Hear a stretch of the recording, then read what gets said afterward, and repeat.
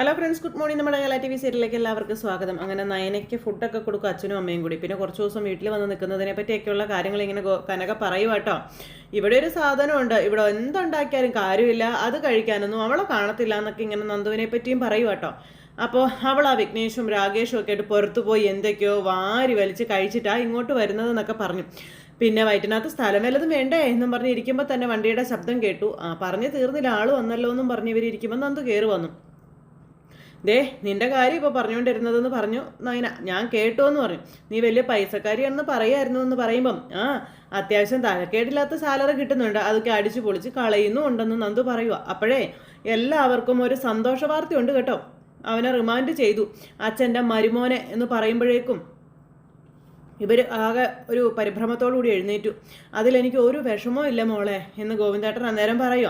അവൻ സ്ഥിരമായി ജയിലിൽ കിടക്കുന്നതാണ് നവ്യയ്ക്കുൾപ്പെടെ എല്ലാവർക്കും നല്ലതെന്നുള്ള കാര്യവും ഗോവിന്ദേട്ടൻ ഇങ്ങനെ പറയുക. പക്ഷേ ഇതൊരു ദുരന്തമായി കാണുന്ന ചിലരുണ്ട് മോളെ വീട്ടിൽ. എൻ്റെ മൂത്ത ചേച്ചി എൻ്റെ ശത്രുവായി കഴിഞ്ഞെന്നും അത് ഞാൻ കാര്യമാക്കുന്നില്ല എന്ന് നന്ദു പറയുക. അത് ശരിയാ, നീ അബി അടിച്ചതിൻ്റെ കലിയൊക്കെ അവൾക്ക് ഒരുപാടുണ്ടെന്ന് പറയുമ്പം അതങ്ങനെ ആയിക്കോട്ടെ, അവനെ പിന്നെ ഇടിക്കണ്ടേ അമ്മയെന്ന് ചോദിച്ചു നന്ദുവെ. കള്ളക്കടത്ത് സ്വർണം മറിച്ചു വിറ്റത് പോട്ടെ, അതിനേക്കാളും വലിയ തെറ്റുകളല്ലേ അവൻ ചെയ്തുകൊണ്ടിരിക്കുന്നത് എന്നൊക്കെ ചോദിക്കുമ്പോൾ ഒന്നും പറയാനില്ല ഇവർക്കും. അനഘ ചേച്ചിയെ കൊല്ലാൻ നോക്കിയില്ലേ അവൻ, അതുമാത്രമാണോ? അനാമികയുമായിട്ട് അവന് ബന്ധമില്ലേ എന്ന കാര്യവും ചോദിക്കുക. അനന്തപുരി തറവാട്ടുകാരെ കൂട്ടത്തോടെ ജയിലിലാക്കാൻ നോക്കിയവള അനാമികയും അവളുടെ അച്ഛനും ഒക്കെ. അവളുമായിട്ട് ബന്ധം കൂടുന്നത് ശരിയാണോ? അതിന് ന്യായീകരിക്കാൻ പറ്റുമോ? ദേഷ്യം എല്ലാം ഉള്ളിൽ വെച്ചിട്ടാ ഞാൻ അവനെ ഇടിച്ച് ലെവലാക്കിയതെന്നുള്ള കാര്യം നന്ദു ഇങ്ങനെ ഇവരോട് പറയുക കേട്ടോ. അപ്പോൾ അത് കേട്ടപ്പോൾ നവ്യേച്ചിയുടെ ജീവിതം താർത്തോണ്ടിരിക്കല്ലേ, അവർക്കറിയില്ലെങ്കിലും എല്ലാം അറിയുന്ന നമ്മളെങ്കിലും അതിൽ പ്രതികരിക്കണ്ടേന്നും കൂടെ ചോദിച്ചു. ഡേ നല്ല ഉണ്ണിയപ്പ, നീ ഇത് ഇച്ചിരി കഴിച്ചതെന്നും പറഞ്ഞുകൊണ്ട് നന്ദുവിന് കൊടുത്തു. അപ്പോൾ ഇനിയിപ്പോൾ നമുക്ക് എന്ത് ചെയ്യാൻ പറ്റും? നവ്യേച്ചിയോട് എല്ലാം പറയണമെന്ന് കരുതി അമ്മ വന്നതല്ലേ, എന്നിട്ട് അമ്മ തന്നെ പിന്മാറുകയായിരുന്നില്ലേ എന്ന് ഇത് നവ്യേച്ചിയോട് പറയണമെന്ന് നന്ദു പറഞ്ഞപ്പം നയന പറഞ്ഞു. ചേച്ചി ഒന്നും അറിയാത്തതിൽ എനിക്കും വിഷമമുണ്ടെന്നും നയന നന്ദുവിനോട് പറയുക കേട്ടോ. പക്ഷേ എല്ലാവരും നിസ്സഹായരാണെന്നൊക്കെ പറയുവാണ്. അവൻ ഇനി നന്നാവത്തില്ല നന്ദു, അതിനൊരു സംശയം ഇല്ല എന്നും പറഞ്ഞു നയന. ആദർശേട്ടൻ്റെ വീട്ടിൽ ഇനി എല്ലാ പ്രശ്നങ്ങളും ഉണ്ടാക്കുന്നത് അവനും അവൻ്റെ അമ്മയും കൂടി ആയിരിക്കുമെന്നും കൂട്ടത്തിൽ നമ്മുടെ ചേച്ചിയും കാണുമെന്ന കാര്യവും നയന ഇങ്ങനെ നന്ദുവിനോട് പറയുക. അപ്പോൾ അത് കേട്ടപ്പോൾ ഗോവിന്ദേട്ടന് ഭയങ്കര സങ്കടം. ഇത് കഴിഞ്ഞ് നവ്യ റൂമിലിങ്ങനെ ഇരിക്കുക. അപ്പോൾ ഈ വീട്ടിലുള്ളവരാരും വിചാരിച്ചില്ല, ഈ വീട്ടിലുള്ളവർ അവനെ കുറിച്ചൊന്ന് ചിന്തിച്ചിരുന്നെങ്കിൽ അവന് കോടതി കയറേണ്ടി വരില്ലായിരുന്നു എന്ന് പറഞ്ഞ നവ്യയുടെ ചുറ്റിനും ഇരുന്ന് ഇങ്ങനെ ചെവി കടിച്ച് പറിച്ചുകൊണ്ടിരിക്കുക ജലജ. അവന് ജയിലിൽ പോകേണ്ടി വരുമായിരുന്നു എന്നൊക്കെ ചോദിച്ചു. അപ്പോൾ നവ്യ ഭയങ്കര കരച്ചിൽ. അവന് സ്റ്റേഷനിൽ ജാമ്യം കിട്ടേണ്ട ഒരു കേസിലാണിപ്പോൾ റിമാൻഡിലായിരിക്കുന്നെന്ന് പറയുമ്പം എനിക്കിങ്ങനെ ഒരു അവസ്ഥ ഉണ്ടായപ്പോൾ ജീവൻ കളഞ്ഞ എല്ലാവരും കൂടെ നിന്നതെന്ന് നവ്യ പറയുമ്പം എനിക്ക് മാത്രമാണോ ഈ വീട്ടിലെ തലമുതിർന്നവരെല്ലാവരും ജയിലിൽ കിടക്കേണ്ടതല്ലേ എന്നൊക്കെ ജലജ ചോദിക്കും കേട്ടോ. ആ സമയത്ത് നരസിംഹൻ വക്കീലിലെ കൊച്ചുമോനെ വെച്ചല്ലോ. ഇവിടെ നവീനെ ഞാൻ വിളിച്ചിരുന്നു, അവൻ ഈ കേസ് ഏറ്റെടുക്കത്തില്ലെന്നാണ് പറഞ്ഞതെന്നുള്ള കാര്യം പറയുമ്പം എൻ്റെ ക്ലാസ്മേറ്റിലെ നവീൻ, അതുകൊണ്ട് ഞാനും അവനെ വിളിച്ചതാണെന്ന് നവ്യ പറയുക. പക്ഷേ അവിടെയും അവനെ വിലക്കിയത് നയനയുടെ ഭർത്താവാണെന്ന് നവ്യ പറയുവാണ്. ശരിക്കും അബിയേക്കാളും മുന്നേ ജയിലിൽ കിടക്കേണ്ടത് അയാളല്ലേ എന്ന് ചോദിക്കുമ്പം ഇതൊക്കെ ആരോട് പറയാനാണ് നവ്യ എന്ന് ജലജ നവ്യയോട് ചോദിച്ചു. എൻ്റെ കൊച്ചിനെ ഇനി ജയിലിൽ പോയി കാണേണ്ടി വരുമല്ലോ എന്ന് ഓർക്കുമ്പോഴാണ് എനിക്കെന്നൊക്കെ പറഞ്ഞ്, അതുപോലെ തന്നെ നിൻ്റെ കുഞ്ഞിനെ ഇനി അച്ഛനെ കാണണമെങ്കിൽ അവിടേക്ക് തന്നെ പോവണ്ടേ എന്നൊക്കെ ഇങ്ങനെ ജലജ ചോദിക്കുക. ഇത് കേട്ടപ്പോഴത്തേക്കും നബിക്ക് പിന്നെയും കലിപ്പങ്ങോ കൂടി. ഈ വിധി എനിക്ക് തന്ന ആരെയും ഞാൻ വെറുതെ വിടത്തില്ല, പ്രത്യേകിച്ച് നന്ദുവിനെ എന്ന് നബി പറയുക. അവൾ ഇപ്പോഴേ ഈ വീട്ടിലെ മരുമകളാകാൻ വേണ്ടി വ്രതം എടുത്ത് നടക്കുകയല്ലേ, അതിനുള്ള ഭാഗ്യം ഒരിക്കലും അവൾക്ക് ഉണ്ടാവില്ല എന്ന് നവ്യ ജലജയോട് പറയുന്നു. അവളുടെ കാലം ഞാൻ പിടിച്ചതാ, എന്നിട്ട് അവൾ എന്നോട് ദയ കാണിച്ചില്ല, അങ്ങനെ ഒരു കൂടപ്പറപ്പിനെ എന്തിനാ ഇനി എനിക്കെന്നൊക്കെ നവ്യ ചോദിക്കുവാണ്. തരത്തിന് രക്തബന്ധത്തെ തള്ളി പറയുന്ന നവ്യെ കൂട്ടുപിടിച്ച് ജലജ അങ്ങ് പറഞ്ഞുകൊണ്ടേ ഇരിക്കുക. ഇവിടെയുള്ള ഒരുത്തി എല്ലാത്തിനും സപ്പോർട്ടായിരുന്നു. അവളുടെ ഭർത്താവ് ഉണ്ടാക്കി വെച്ച മാനക്കേട് തീർക്കാനേ അവൾ കൂടി ചേർന്നാണ് എൻ്റെ കുഞ്ഞിനെ ജയിലിലാക്കിയതെന്നും പറഞ്ഞുകൊണ്ട് നയനയെ പറ്റിയും പറയുക. ചാനലിലൊക്കെ വാർത്ത വന്നു കഴിഞ്ഞെന്നും പറഞ്ഞ് ജലജ കിടന്ന് തുള്ളുക. ഇനിയിപ്പം നാളെ നിൻ്റെ കുഞ്ഞ് സ്കൂളിലേക്ക് പോകുമ്പോഴേ അറിയാവുന്നവരൊക്കെ ആ കുഞ്ഞിനെ വിളിക്കുന്നതേ ജയിൽ പുള്ളിയുടെ മോനെന്നായിരിക്കില്ലേ എന്നൊക്കെ ചോദിച്ചപ്പോൾ നവ്യക്ക് ഇരട്ടി സങ്കടം, ദേഷ്യം, പക, കലിപ്പ് ഒക്കെ തകർന്നു മോളെ. നമ്മുടെയൊക്കെ ജീവിതം തകർത്തു അവർ. ഇനി അബി തിരിച്ചു വന്നാൽ അവൻ്റെ ജോലി കളയും ആദർശം എന്നൊക്കെ പറയുമ്പോൾ നവ്യക്ക് വീണ്ടും ടെൻഷൻ. പൂർണ്ണമായിട്ടും അവനെ ഒഴിവാക്കാൻ ആദർശ് കണ്ടെത്തിയ മാർഗമാണിതെന്ന കാര്യമൊക്കെ പറഞ്ഞാണ് ജലജ എരിവ് കയറ്റി കൊടുക്കുന്നത്. ഏട്ടൻ തന്നെ അനിയൻ്റെ കുഴി തോണ്ടിയെന്നും പറഞ്ഞു. അപ്പോൾ കുഴി തോണ്ടുക മാത്രമല്ല അതിലിട്ട് വെട്ടി മൂടിയെന്ന് വേണ്ടേ പറയാൻ അമ്മയെന്ന് നവ്യ തിരിച്ചു ചോദിച്ചു. നീ ഈ വീട്ടിലേക്ക് വരുന്നതിന് മുൻപ് തന്നെ ഞാനും എൻ്റെ മോനും ഈ അവഗണനയൊക്കെ ഒരുപാട് സഹിച്ചിട്ടുള്ളവരാണ്. പക്ഷേ അപ്പോഴൊന്നും അവനെ ആരും ജയിലിൽ കിടത്തിയിട്ടൊന്നും ഉണ്ടായിരുന്നില്ല എന്നൊക്കെ ജലജ തട്ടിവിടുക കേട്ടോ. ഇതൊരു തോൽവിയായിട്ട് തന്നെ നമ്മൾ കാണണം മോളെ. ഇതിനു വേണ്ടി നമ്മൾ പ്രതികരിക്കണം. നമ്മുടെ സമാധാനം തല്ലിക്കിടത്തിയവർക്ക് ഒരിക്കലും സമാധാനം കൊടുക്കരുതെന്നൊക്കെ ജലജ പറയുക. അതും പറഞ്ഞ് ജലജ അവിടെ നിന്ന് അങ്ങ് പോയി. നവ്യ രണ്ടും കൽപ്പിച്ചിങ്ങനെ അവിടെ നിൽക്കുക കേട്ടോ. അത് കഴിഞ്ഞ് പിന്നെ കാണിക്കുന്നത് പറഞ്ഞാൽ ആദർശ് ഇങ്ങനെ ഇറങ്ങി വരിക. ആദർശ് ഇറങ്ങി വന്നപ്പോഴത്തേക്കും ജാനകി അവിടെ നിപ്പുണ്ട്. അപ്പോൾ ആദർശിനെ കണ്ടപ്പോൾ വലിയ ചിരിയൊക്കെ ചിരിച്ച് ഇങ്ങനെ നിൽക്കുക. നീ എത്തിയോ? നിനക്കുള്ള പലഹാരങ്ങളൊക്കെ ഞാൻ ഉണ്ടാക്കി വെച്ചിട്ടുണ്ടെന്ന് ജാനകി പറയുമ്പോൾ, എത്ര നാളായി അങ്ങനെയൊക്കെ സംഭവിച്ചിട്ട്? നേരത്തെ അമ്മയെക്കാളും കൂടുതൽ പലഹാരങ്ങൾ ഉണ്ടാക്കി തന്നിരുന്നത് ഇളയമയായിരുന്നല്ലോ എന്ന് ആദർശ് പറയുമ്പോൾ, ഇപ്പം സത്യങ്ങളൊക്കെ എനിക്ക് ബോധ്യമായിരുന്നു. ഇപ്പോൾ എനിക്ക് ആരോടും വഴക്കില്ല എന്ന് ജാനകി പറഞ്ഞു. പിന്നെ നിന്നോട് ഞാൻ വളരെ കാര്യമായിട്ടൊരു കാര്യം പറയാം കേട്ടോ എന്ന് ജാനകി പറഞ്ഞു. നിന്റെ ഭാര്യ എന്നല്ല ആര് സപ്പോർട്ട് ചെയ്താലും നന്ദുവിനെ ഈ വീട്ടിലേക്ക് കൊണ്ടുവരരുത് കേട്ടോ എന്ന് പറയുമ്പോൾ, ഇളയമ്മ അനിയുടെ മനസ്സിലും നന്ദുവ തിരിച്ചും അങ്ങനെ തന്നെയാണെന്നാണ് എൻ്റെ വിശ്വാസം എന്ന് പറയുമ്പം, അങ്ങനെ ആയിക്കോട്ടെ, പക്ഷെ നടക്കാൻ പാടില്ലാത്ത ബന്ധം നടക്കരുത് എന്ന് ജാനകി പറഞ്ഞു. ഒരു വീട്ടിൽ നിന്നും 3 മരുമക്കളെ നമുക്ക് വേണ്ട എന്ന് തറപ്പിച്ചു പറയുമ്പം അനാമികയും അവളുടെ വീട്ടുകാരുടെയും സ്വഭാവം എന്താണെന്ന് ഇളമി പറഞ്ഞല്ലോ. അതുപോലെ തന്നെ നമുക്ക് പരിചയമില്ലാത്ത കുടുംബത്തിൽ നിന്ന് പെണ്ണെടുത്താലേ അത് നന്നാകുമോ ഇല്ലയോ എന്നൊന്നും പറയാൻ പറ്റത്തില്ല എന്ന് ആദർശ് പറഞ്ഞു. ഇനിയിപ്പോൾ നോക്കിയും കണ്ടൊക്കെ ചെയ്താൽ മതിയെന്നും, പിന്നെ എല്ലാ പെൺകുട്ടികളും അനാമികയെ പോലെയൊന്നും അല്ലല്ലോ എന്നും ജാനകി പറയുക. നല്ല കുടുംബത്തിൽ നിന്ന് ഇനിയും എനിക്ക് പെണ്ണ് കിട്ടുമെന്നും പറഞ്ഞു.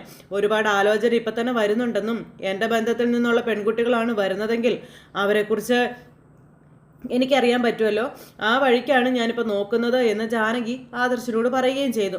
അവനൊരു കല്യാണം കഴിച്ച് ഇത്രയൊക്കെ സംഭവങ്ങളുണ്ടായെങ്കിലും ഈ അനന്തപുരി തറവാട്ടിലേക്ക് ഇപ്പോഴും പെൺകുട്ടികളെ വിടാൻ എൻ്റെ ബന്ധത്തിൽപ്പെട്ടവർക്കൊക്കെ താല്പര്യമാണെന്നൊക്കെ പറഞ്ഞു. എന്നാൽ പിന്നെ എന്നാന്ന് വെച്ചാൽ അളയം അതിന് തീരുമാനിച്ചോളാൻ ആദർശ് പറഞ്ഞു.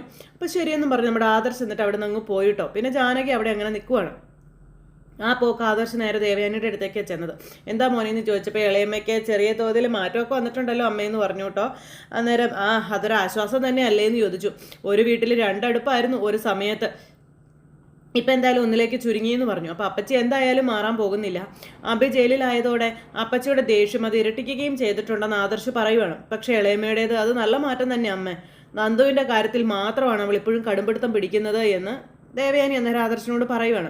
നന്ദുവിനെ ഇവിടേക്ക് കൊണ്ടുവരണ്ട എന്ന് തറപ്പിച്ച് തന്നെ അവൾ പറഞ്ഞുകൊണ്ടിരിക്കുകയാണെന്നും പറഞ്ഞു. അതിലവളെ പിന്നെ കുറ്റം പറയാൻ നമുക്ക് പറ്റത്തില്ലല്ലോ മോനെ. 3 പെൺപിള്ളേര് ഒരു വീട്ടിൽ നിന്ന് വരണ്ടെന്ന് ആർക്കായാലും തോന്നത്തില്ലേ എന്നൊക്കെ ചോദിക്കുമ്പം, എന്നിട്ട് പിന്നെന്താ നമുക്കാർക്കും അങ്ങനെയൊന്നും തോന്നാത്തതെന്ന് ചോദിച്ചു. അത്രമാത്രം അനിയൻ നന്ദു തമ്മിൽ സ്നേഹത്തിലായതുകൊണ്ടല്ലേ എന്ന് ദേവയാനി ചോദിക്കുമ്പം, അമ്മേ സ്നേഹിക്കുന്നവരല്ലേ അമ്മ ഒന്നിക്കേണ്ടതെന്ന് ചോദിക്കുമ്പം, അങ്ങനെ ഒരുപാട് സ്നേഹിക്കുന്നവർ പലപ്പോഴും ഒന്നിക്കാൻ കഴിഞ്ഞെന്ന് വരില്ല ആദർശയെന്ന് പറഞ്ഞപ്പം, എന്തായാലും അനി ഇപ്പോൾ ഓടിച്ചാടി നടന്ന് ബ്രാഞ്ചുകളൊക്കെ നോക്കുന്നുണ്ട്, അവനിപ്പോൾ എന്നെക്കാളും മിടുക്കനായിക്കൊണ്ടിരിക്കുകയാണ് എന്ന് ആദർശ അമ്മയോട് പറയുവാണ്. ഇനിയിപ്പോൾ ഈ കല്യാണത്തിൻ്റെ ഇഷ്യൂ പറഞ്ഞ് ഇനി അവൻ്റെ ബിസിനസ്സിനോടുള്ള താല്പര്യം നമ്മളായിട്ട് ഇല്ലാണ്ടാക്കണ്ട എന്നും പറഞ്ഞു. ഒരു സമയത്ത് ഞാൻ കരുതിയത് അവനെ എല്ലാ ചുമതലകളിൽ നിന്നും ഒഴിവാക്കണമെന്നുള്ളതായിരുന്നുവെന്നും, പിന്നെ നല്ല മാനേജർമാരെ വെച്ചാണ് കാര്യങ്ങളെല്ലാം ഓടിച്ചുകൊണ്ട് ഞാൻ ഇരുന്നതെന്നും ആദർശ അമ്മയോട് പറയാം. പിന്നെ അവർക്കൊപ്പം അവനും കൂടെ ചേർന്നപ്പോൾ അവൻ്റെ ബ്രാഞ്ചുകളൊക്കെ ഇപ്പം നമ്പർ 1 ആയിട്ടുണ്ടെന്നും പറഞ്ഞു. പിന്നെ മെയിൻ ബ്രാഞ്ചിനെ പോലും മുന്നിലാക്കിക്കൊണ്ടാണ് അവൻ്റെ ബ്രാഞ്ചിൻ്റെ പോക്ക്. അപ്പോൾ അങ്ങനെ ബിസിനസ്സിൽ മാത്രം വിജയിച്ചാൽ പോരല്ലോ, അവനൊരു കുടുംബം വേണ്ടേ എന്ന് ദേവയാനി അന്നേരം ആദർശിനോട് ചോദിക്കും കേട്ടോ. അത് കേട്ടപ്പോൾ അതൊക്കെ ആയിക്കോളും അമ്മ, തൽക്കാലം അവനിപ്പോൾ ബിസിനസ്സിൽ കോൺസെൻട്രേറ്റ് ചെയ്യട്ടെ എന്ന് പറഞ്ഞു ആദർശ്. അതും പറഞ്ഞ് ആദർശ് അവിടെ നിന്ന് പോയി. അത് കഴിഞ്ഞ് പിന്നെ നമ്മുടെ ഗോവിന്ദേട്ടൻ അവിടെ എന്തൊക്കെയോ ഉണ്ടാക്കിയിരിക്കുക കരകൗശല വസ്തുക്കളൊക്കെ. അപ്പോൾ നയന അടുത്തിരിപ്പുണ്ട്. അപ്പോൾ അബി ജയിലിലായതുകൊണ്ട് നബിക്ക് അത്ര സ്വസ്ഥത കിട്ടുമല്ലോ എന്ന് അച്ഛനിരുന്ന് മോളോട് പറയുക. അപ്പോൾ അവൻ എന്ത് സംഭവിച്ചാലും കുഴപ്പമില്ല അച്ഛാ, പക്ഷേ ഇവിടെ ഇപ്പം അതല്ലല്ലോ കാര്യം. നവ്യേച്ചിയുടെ തെറ്റിദ്ധാരണ മൂലം വീണ്ടും ചേച്ചിയും അപ്പച്ചിയും കൂടി ഒന്നായിരിക്കുകയാണെന്ന കാര്യം നയന അന്നേരം ഇവരോട് പറഞ്ഞു. പിന്നെ അല്ലെങ്കിൽ തന്നെ ആദർശേട്ടനെ കുറിച്ചുള്ള തെറ്റിദ്ധാരണ നിമിത്തം കുറേ നാളായിട്ട് ചേച്ചിക്ക് എല്ലാവരോടും വെറുപ്പും ദേഷ്യവും ഒക്കെ ആയിരുന്നല്ലോ എന്ന് നയന ഇങ്ങനെ ഇവരോട് പറയുക. അതിൻ്റെ ഇടയ്ക്കാണ് അബി ഇപ്പം ജയിലിലായിരിക്കുന്നതെന്നും പറഞ്ഞു. ഇത് കേട്ടപ്പോൾ ഞാൻ എൻ്റെ ദേഷ്യം മുഴുവനും അവൻ്റെ ദേഹത്ത് തീർത്തിട്ടുണ്ടെന്നും ഇടിച്ചവനെ പഞ്ചറാക്കിയിട്ടാണ് ജയിലിലേക്ക് വിട്ടതെന്നും നന്ദു പറയുക. അപ്പോഴേക്കും സത്യം പറഞ്ഞാൽ എനിക്കും അവിടെ വന്നവൻ്റെ മുഖത്തിനിട്ട് രണ്ടെണ്ണം കൊടുക്കണമെന്നുണ്ടായിരുന്നു എന്ന് കനക. ഇതുപോലൊരു അസുര വിദ്യയുടെ ശത്രുക്കൾക്ക് പോലും കൊടുക്കരുത് എൻ്റെ ദൈവമേ എന്നും പറഞ്ഞുകൊണ്ട് ഇവർ സംസാരിച്ചുകൊണ്ടിരിക്കുമ്പോഴാണ് നവ്യ വീട്ടിലേക്ക് വരുന്നത്. അപ്പം നവ്യയെ കണ്ടപ്പോഴത്തേക്ക് നവ്യച്ച് വരുന്നുണ്ടല്ലോ എന്നും പറഞ്ഞിങ്ങനെ പറയുക. അപ്പോൾ ഇവർക്കെല്ലാവർക്കും പേടിയായി നവ്യ എന്തിനാ വന്നിരിക്കുന്നത് എന്നുള്ള ഒരു ഇതിൽ ഭയങ്കര പവർഫുള്ളായിട്ട് ഇടിച്ചു കയറി വന്നു നവ്യ.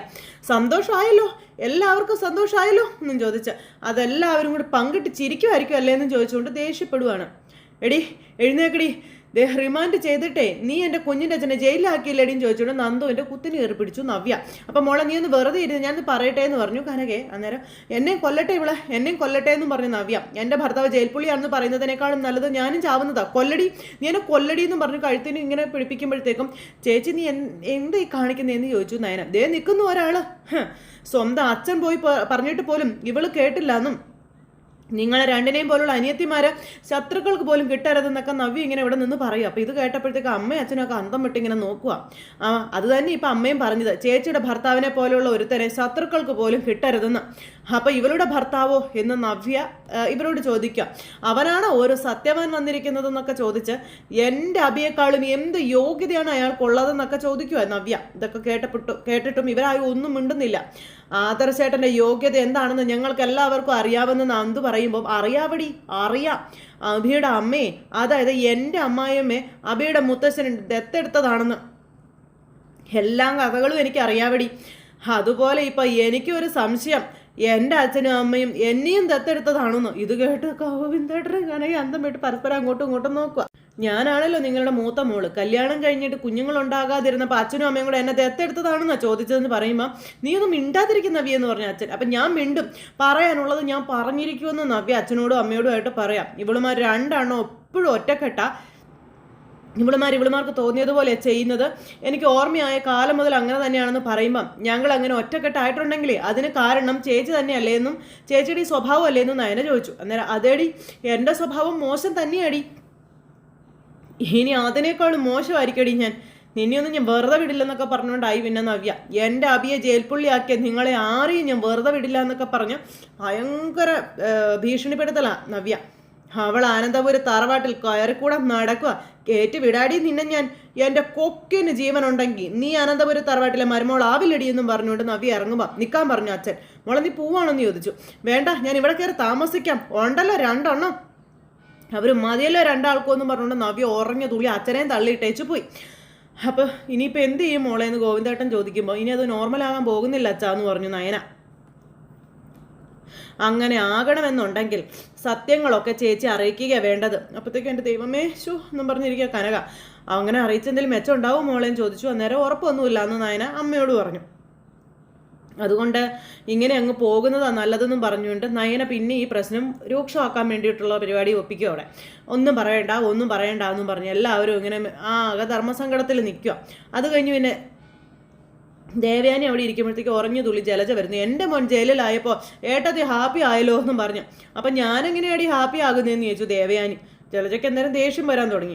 ആ വാർത്ത പുറലോകം അറിഞ്ഞതിൻ്റെ വിഷമത്തിൽ ഇവിടെയുള്ള എല്ലാവരും എന്ന് പറഞ്ഞ് എന്തൊക്കെ പറഞ്ഞാലും അവൻ അനന്തപുരിയിലെ പയ്യൻ തന്നെയല്ലേ എന്ന് ചോദിച്ചു. അപ്പോൾ ഒരിക്കലും അല്ല, അവൻ അനന്തപുരിയിലെ പയ്യനല്ല എന്ന് ജലജ ദേവയാനിയോട് പറയുക. അവനും ഞാനും ഒന്നും ഈ വീട്ടിലെ അംഗമല്ല എന്ന് ദേവയാനിയോട് പറയണം. ഇപ്പം എൻ്റെ മരുമോളും കൊച്ചുമോനും ഒക്കെ ഇപ്പം അങ്ങനെ ആയെന്നും പറഞ്ഞു.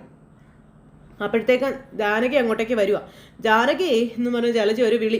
അതെ, ആദർശി ചെയ്തതിനേക്കാളും വലിയ തെറ്റാണോ എൻ്റെ മോൻ ചെയ്തത് എന്ന് ചോദിക്കുമ്പം അതല്ലാന്ന് ഞാൻ പറയുന്നുണ്ടല്ലോ എന്ന് ജാനകി അന്നേരം ജലജയോട് പറഞ്ഞു. ദേവേനി ഇതൊക്കെ കേട്ടോണ്ട് ഇങ്ങനെ ഇരിക്കുക. എങ്കിലും ഞങ്ങളൊക്കെ ഈ വീട്ടിൽ വന്നതിന് ശേഷം ജ്വല്ലറിയിൽ ഇങ്ങനെ ഒരു തിരുമറി നടക്കുന്നത് ആദ്യത്തെ സംഭവമാണെന്ന കാര്യം ജാനകി ജലജയോട് പറയണം. അവനിതിൻ്റെ വല്ല ആവശ്യം ഉണ്ടായിരുന്നോ എന്നൊക്കെ ചോദിച്ചു. അപ്പം ജോലി ചെയ്തില്ലെങ്കിൽ പോലും അവന് ജീവിക്കാവുന്നതേ ഉള്ളൂ, എന്നിട്ട് വളഞ്ഞ വഴിയിലൂടെ പണം സമ്പാദിക്കാൻ നോക്കിയതെന്ന് ദേവയാനി പറയും. ഇത് കേട്ട് ആദർശ് ഇറങ്ങി വന്നു. അതെ, ഇനിയിപ്പോൾ അതിൻ്റെ പേരിൽ ഇവിടെ ഒരു സംസാരത്തിൻ്റെ ആവശ്യമൊന്നുമില്ല, അവന് കിട്ടേണ്ട ശിക്ഷ തന്നെയാണ് കിട്ടിയതെന്ന് പറയുമ്പം പക്ഷെ നിനക്ക് കിട്ടേണ്ട ശിക്ഷ കിട്ടിയില്ലല്ലോ എന്ന് പറഞ്ഞു ജലജ. അപ്പം ഞാൻ തെറ്റ് ചെയ്തിട്ടുണ്ടെങ്കിൽ എന്നെ ശിക്ഷിക്കുന്നതിൽ ഒരു തെറ്റുമില്ല എന്ന് ആദർശ് പറഞ്ഞു. അപ്പം നീ തെറ്റ് ചെയ്തിട്ടില്ലേ എന്ന് ആദർശ് ചോദിക്കുമ്പം അതേപ്പറ്റി അറിയാവുന്നവർക്ക് അറിയാമെന്ന് ആദർശ് പറയുകയും ചെയ്തു. ഇത് കേട്ടപ്പോൾ ജാനകി ഇങ്ങനെ നോക്കുക കേട്ടോ. അതുകൊണ്ട് തന്നെയാണ് എന്നെ ന്യായീകരിച്ച് എൻ്റെ കൂടെ ഇവരൊക്കെ നിൽക്കുന്നതെന്നും പറഞ്ഞു. അതെ, നിന്റെ കാര്യം വരുമ്പോൾ മാത്രം ഏതാണ്ടൊക്കെ മനസ്സിൽ ഒളിപ്പിക്കുകയാണെന്നും പറഞ്ഞ് നിന്നെ എല്ലാവരും ന്യായീകരിക്കുകയാണോടാ? അതാണോ അതിൻ്റെ അർത്ഥമെന്ന് ജലജ ആദർശനോട് അന്നേരം ചോദിക്കും കേട്ടോ. എന്നാലേ നിന്റെ ഭാഗത്തെ ശരി എന്താണെന്ന് ആരും തുറന്നു പറയുന്നുമില്ല. വേണമെങ്കിൽ അത് പറഞ്ഞുതരാം, കേൾക്കണോ നിനക്ക് എന്ന് ചോദിച്ചുകൊണ്ട് ദേവയാനി ചാടി ഇങ്ങ് എഴുന്നേറ്റപ്പോഴത്തേക്കും കേൾക്കണം എന്നും പറഞ്ഞുകൊണ്ട് നവ്യ അങ്ങോട്ടേക്ക് വന്നു.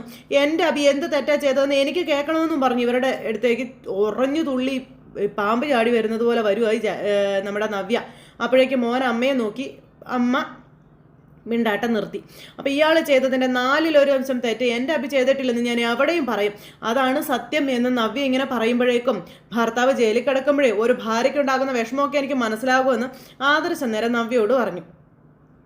പക്ഷേ അവൻ ചെയ്ത തെറ്റിനുള്ള ശിക്ഷയാണ് അവന് കിട്ടിയതെന്ന് പറയുമ്പം ഒരിക്കലുമല്ല, അഭിയെ വേണമെങ്കിലേ നിങ്ങൾക്കൊക്കെ ജാമ്യത്തിൽ ഇറക്കാമായിരുന്നു എന്ന കാര്യങ്ങൾ നവ്യ ഇങ്ങനെ പറയുക. പക്ഷേ എൻ്റെ അനിയത്തിയെ കൊണ്ട് തന്നെ നിങ്ങൾ 2 പേരും കൂടി FIR ഇടിയിപ്പിച്ചില്ലേ എന്ന് ചോദിച്ചു. ഒരിക്കലും അവൻ പുറത്തു വരാത്ത FIR അല്ല ഇടിയിച്ചതെന്നൊക്കെ ചോദിക്കുമ്പോൾ ഇവരെ കന്തം വിട്ടിങ്ങനെ നോക്കുക. ഇതുപോലെ ഇവിടെ കിടന്ന് ബഹളം ഉണ്ടാക്കി ഒരുത്തിയാണ് അനാമികയെന്നും പിന്നെ അന്ന് നീ ഈ നിൽക്കുന്ന ജാനകി പോലും അവൾക്കൊപ്പമായിരുന്നു. പക്ഷേ ഇപ്പോൾ ജാനകിക്ക് മനസ്സിലായില്ലേ മരുമോളുടെ ഭാഗത്തെ തെറ്റ് എന്തായിരുന്നു എന്നുള്ളത്. അവൾ തെറ്റുകാരിയാണ്. അതുകൊണ്ട് തന്നെ അവളെയും അവളുടെ വീട്ടുകാരെയും വഴിയിൽ വെച്ചാൽ കണ്ടാൽ പോലും ഞാൻ മുഖം കൊടുക്കില്ല എന്നും. പക്ഷേ ഇവിടെ ഇങ്ങനൊരു സംസാരം വരുമ്പം ന്യായത്തിൻ്റെ ഭാഗത്ത് നിൽക്കണമല്ലോ ഏട്ടത്തി എന്ന് ജാനകി ഇവരോട് പറയാം. ആദർശിൻ്റെ ഭാഗത്ത് തെറ്റില്ലെന്ന് നിങ്ങളൊക്കെ പറയുമ്പോഴും അത് ഞങ്ങൾക്ക് കൂടി ബോധ്യപ്പെടണ്ടേ എന്ന് ജാനകി അന്നേരം ചോദിക്കുക. അത് കേട്ടപ്പോൾ ഇവരൊന്നും മിണ്ടിയില്ല. അപ്പം അത് ഒരിക്കലും ബോധ്യപ്പെടുത്തില്ലെന്നും ജലജ.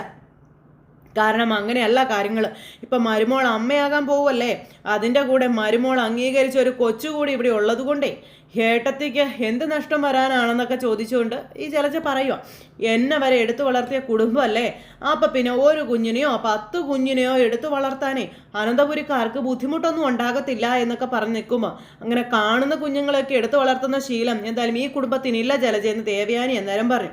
അനാഥ കുഞ്ഞുങ്ങൾക്ക് വേണ്ടുന്നതെല്ലാം ഇവിടുന്ന് എത്തിച്ചു കൊടുക്കുന്നുണ്ടെന്നും പിന്നെ ചന്തുമോളെ ഇവിടെ കൊണ്ടുവന്നിട്ടുണ്ടെങ്കിൽ അതിനൊരു വ്യക്തമായ കാരണമുണ്ടെന്ന് പറഞ്ഞു ദേവയാനി. അപ്പം എല്ലാത്തിനും വ്യക്തമായ കാരണം ഉണ്ടല്ലോ, എൻ്റെ അഭിയെ രക്ഷിക്കാൻ മാത്രം കാരണമില്ല എന്ന് നവ്യ പറയുമ്പം അവൻ മൂർത്തി ജ്വല്ലറിയുടെ സൽപ്പേരാ കളഞ്ഞതെന്ന് ആദർശ് പറയുമ്പം നിങ്ങളെ ജ്വല്ലറിയുടെ മാത്രമല്ല ഈ തറവാടിൻ്റെ സൽപ്പേര് കളഞ്ഞു കുളിച്ചില്ലേ, അതുകൊണ്ട് കൂടുതലൊന്നും നിങ്ങൾ എന്നോട് സംസാരിക്കേണ്ട എന്ന് പറഞ്ഞു നവ്യ. അപ്പം നീ ആരോടാ സംസാരിക്കുന്നതെന്ന് അറിയാവോടി ഇത് ദേവയാനി ചോദിക്കുമ്പോൾ എൻ്റെ അനിയത്തിയുടെ ഭർത്താവിനോടാണെന്നും ഇയാൾ ഈ വീട്ടിലെ മൂത്ത കൊച്ചുമോനായതുകൊണ്ടാണ് ഞാൻ ഏട്ടൻ എന്ന് വിളിച്ചിരുന്നത്, പക്ഷേ ഇനി അങ്ങനെ വിളിക്കാൻ എനിക്ക് പറ്റില്ല എന്ന് നവ്യ പറയുമ്പം നീ എന്നെ പേര് വിളിച്ചാലും എടാന്ന് വിളിച്ചാലും എനിക്ക് ഒരു കുഴപ്പമില്ല നവ്യ എന്ന് പറഞ്ഞു ആദർശ്. ഇയാൾക്ക് എന്നോട് അസൂയ, കാരണം ഇയാൾ ആദ്യം പെണ്ണാലോചിച്ചത് എന്നെയായിരുന്നല്ലോ എന്നും പറഞ്ഞുകൊണ്ട് ചീഞ്ഞ വർത്തമാനം പറയണം. പക്ഷെ ഞാൻ ഇയാളെ തള്ളിക്കളഞ്ഞിട്ടാണ് അബിയെ സ്നേഹിച്ചതെന്നൊക്കെ പറയുമ്പോൾ ഒന്ന് ചിരിച്ചു ആദർശ്. അതിൻ്റെ ഒരു ദേഷ്യം ഇപ്പം ഇയാളുടെ മനസ്സിലുണ്ടെന്ന് പറയുമ്പോൾ ആദർശ് ദേവയാനിയുടെ നേരെ നോക്കി. അങ്ങനെ അവൻ വിഷമിക്കേണ്ട കാര്യമൊന്നുമില്ല നവ്യേ, അങ്ങനെ ഒരു സംഭവം ഉണ്ടായതേ നന്നായെന്ന് വിശ്വസിക്കുന്ന കൂട്ടത്തിലാണ് ഇവിടെ ഞാനും എല്ലാവരും ഒന്ന് ദേവയാനി അന്നേരം പറഞ്ഞു. അതുകൊണ്ടാ നയനയെ പോലെ നല്ലൊരു മകളെ ഞങ്ങൾക്ക് കിട്ടിയതെന്നും പറഞ്ഞു ദേവയാനി. ഇനിയിപ്പോൾ അങ്ങനെയൊക്കെ പറയാമല്ലോ എന്ന് നവ്യ. പക്ഷേ ഏട്ടനെ മാറ്റി നിർത്തി അനിയനെ സ്നേഹിച്ചതിൻ്റെ ദേഷ്യമാണ് ഇപ്പം ഇയാൾ ഈ തീർക്കുന്നതെന്നും പറഞ്ഞു ഒരുമാതിരി വൃത്തികെട്ട വർത്തമാനം പറയുന്നു നവ്യ. അബിയെ അതുകൊണ്ടാണ് ഇയാൾ ഇങ്ങനെ ശിക്ഷിക്കുന്നതെന്ന് പറഞ്ഞപ്പോഴും ആദർശ് ചിരിക്കുന്നു. അത് മോള് പറഞ്ഞത് ശരി തന്നെയാ, കാഴ്ചയ്ക്ക് സുന്ദരൻ അബി തന്നെയാണല്ലോ എന്ന് ജലജ. കാക്കയ്ക്കും തൻകുഞ്ഞു പൊൻകുഞ്ഞ ജലജ എന്ന് ദേവയാനി പറയുമ്പോൾ വെറുതെ സംസാരിക്കേണ്ട, യാഥാർത്ഥ്യം എന്താണ് നമുക്കൊക്കെ അറിയാലോ. കുടുംബ പ്രശ്നം ഉണ്ടാക്കാൻ വന്ന ഒരുത്തി പുറത്ത് പോയി, അപ്പോൾ വേറൊരാളുണ്ടായി, അതിനുള്ളൊരു കാരണവും ഉണ്ടായി. ഞാൻ ഇതിൽ നിന്നൊക്കെ അതാ മനസ്സിലാക്കുന്നതെന്ന് ആദർശ് ഇത് പറഞ്ഞ് പുഷ്പം പോലെ തള്ളിക്കളഞ്ഞിട്ട് ആദർശ് അവിടെ നിന്ന് അങ്ങ് പോയി. അതായത് നവ്യയുടെ മുഖത്ത് കാർക്കിച്ച് തുപ്പി എന്നുള്ള രീതിയിൽ തന്നെ പറഞ്ഞിട്ട് അത് കഴിഞ്ഞപ്പോൾ നവ്യ എൻ്റെ കുഞ്ഞിൻ്റെ അച്ഛനെ ജയിൽ പുള്ളിയതാക്കിയത് ആരാണെങ്കിലും അവരെ ആരെയും ഞാൻ വെറുതെ വിടില്ല എന്നും പറഞ്ഞുകൊണ്ട് നവ്യ അവിടെ നിന്ന് അങ്ങ് പോയി. ജലജയും തുള്ളിച്ചാടിക്കൊണ്ട് അങ്ങ് പോയി. വീടിനകത്ത് വീണ്ടും പൊട്ടലും ചീറ്റലുമാണല്ലോ ഏട്ടത്തി എന്ന് ജാനകി. എന്താ ശാപമുണ്ടെന്നാണ് തോന്നുന്നത് പറയുമ്പോൾ ഒരു ശാപവും ഇല്ല ജാനകി. സത്യസന്ധത ഇല്ലാത്തൊരു വീട്ടിലുണ്ടെങ്കിൽ ഇതെല്ലാം ഇതിനപ്പുറവും സംഭവിക്കുമെന്നും പറഞ്ഞ് നിൽക്കുമ്പോൾ എന്തൊക്കെ സംഭവിച്ചാലും ശരി, ഇപ്പം പോയവളുടെ ഇളയ അനിയത്തി നന്ദുവിനെ ഇങ്ങോട്ട് കൊണ്ടുവരണമെന്ന് ആരാഗ്രഹിച്ചാലും അത് തെറ്റാന്നും പറഞ്ഞുകൊണ്ട് ജാനകി വീണ്ടും ദേവയാനിയോട് പറയാം. എനിക്ക് പറ്റിയ പെണ്ണല്ല ഒരിക്കലും നന്ദു എന്നും പറഞ്ഞിങ്ങനെ പറയണം. അപ്പോൾ അത് കേട്ടപ്പോൾ ദേവയാനി ഇങ്ങനെ ആകെ വർമ്മസങ്കടത്തിൽ നിൽക്കുന്നു. ഇത്രയും പറഞ്ഞിട്ട് ജാനകി അവിടെ നിന്ന് പോയെടുത്ത് ഇന്നത്തെ നമ്മുടെ കഥ അവസാനിച്ചു. അപ്പോൾ എല്ലാവരും കാത്തിരുന്ന് കാണണം കേട്ടോ. എല്ലാവർക്കും നല്ലൊരു ദിവസം ആശംസിക്കുകയാണ്. വീണ്ടും കാണുന്നത് വരെ എല്ലാവർക്കും ടാറ്റാ.